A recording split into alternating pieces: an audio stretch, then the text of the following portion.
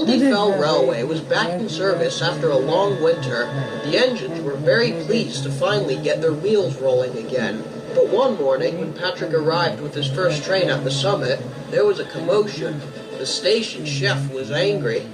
Someone came in last night and munched on all the food. The kitchen is a mess. Let me guess, you left the door open again. Well, you see, but it was not my fault. I was in a hurry last night.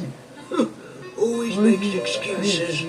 Regardless, that still doesn't give the right for someone to come in after hours and steal food and make a mess of the place. Wait, look, I don't think it was someone. I think it was an animal. And by the look of those footprints, perhaps a sheep.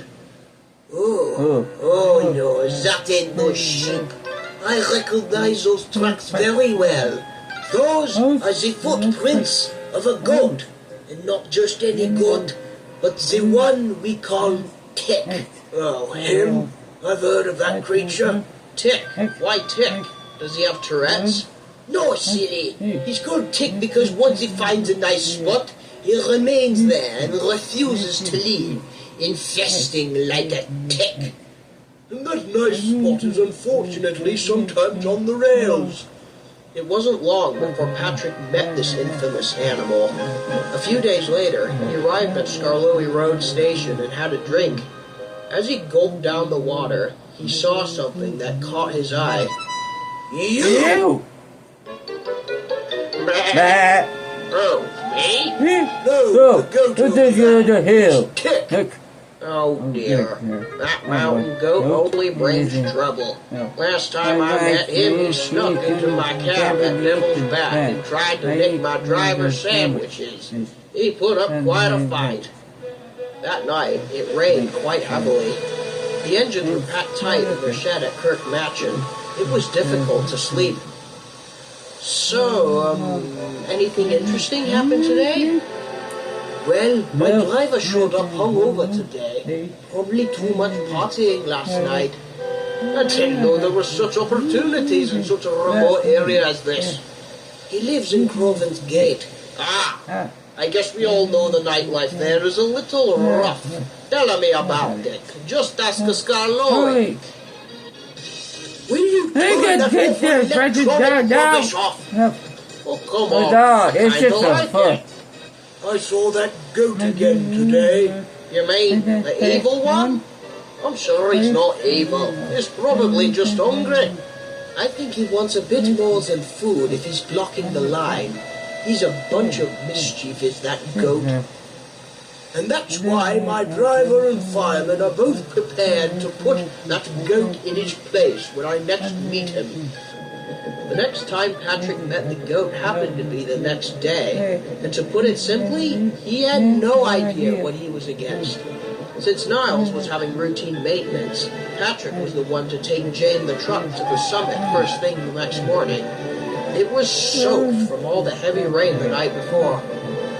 Oh, I do hate wetness. It just feels cold and miserable. I hate having to go up this early. The journey went as normal until they reached Devil's Back. What's that? There's something on the line.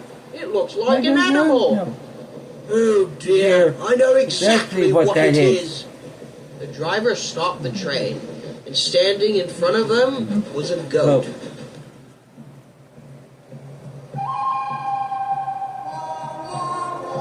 Right, here we go. Patrick whistled loudly, which obviously did not work. The guard then tried whistling himself. But the goat didn't budge. What a stubborn little ass! This calls for Plan B. What's What's Plan Plan B? Oh, this. The driver walked towards the goat, and then... Jesus! The goat jumped, but remained on the tracks. That does it. I'll move him myself. The driver got ready to chase after the goat. Look out! You better fall, sugar! Get on board! We're gonna have to ram this devil. No, don't kill it. Just go slow enough so he has time to react. The fireman quickly pulled the driver back into the cab, who was still in a lot of pain downstairs. Patrick hissed loudly and slowly moved forward. The goat was still and stared straight into Jane's soul. Get off the tracks! The train was inches away when the goat realized it could not win, and it scampered off. The crew cheered, and Patrick went up to full speed, but their troubles were far from over. They were about halfway up Devil's Back when the guard noticed something. Hang on a sec, there's something on the line. It's a small rock fall. We'll stop right by so we can inspect. They were almost there when Jane suddenly derailed. Oh dear! Patrick stopped just in time. Had he gone further, he would have been at the bottom of the mountain in an instant.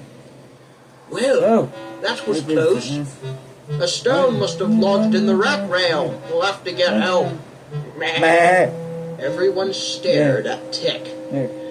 You know what? I think he was trying to warn us. That's why he didn't let us through. Funny you mentioned that, because last time I met him, he was blocking Ernest. When we managed to get rid of him, we discovered there was a tree fallen on the line. Coldy came up and helped pull Jane back onto the rails. Patrick told him what he had discovered about the goat. You know, you're absolutely right. When I got stuck with him, it was the day of that mini landslide near Skarloey Road. 2 times is a coincidence, but 3? I think this goat is trying to protect us. I think we owe you an apology then, Tick. Well, not from me. You nearly busted my equipment. You know, Tick isn't a very nice name. I think I may have found another name for this creature. The driver was soon able to forgive the goat. The animal is no longer called Tick. He was renamed Buster by the engines. They thought it was only appropriate as he was pretty good at busting things. He rarely causes trouble now, but the engines know if he attempts to ram their train, it's only to warn them of danger ahead.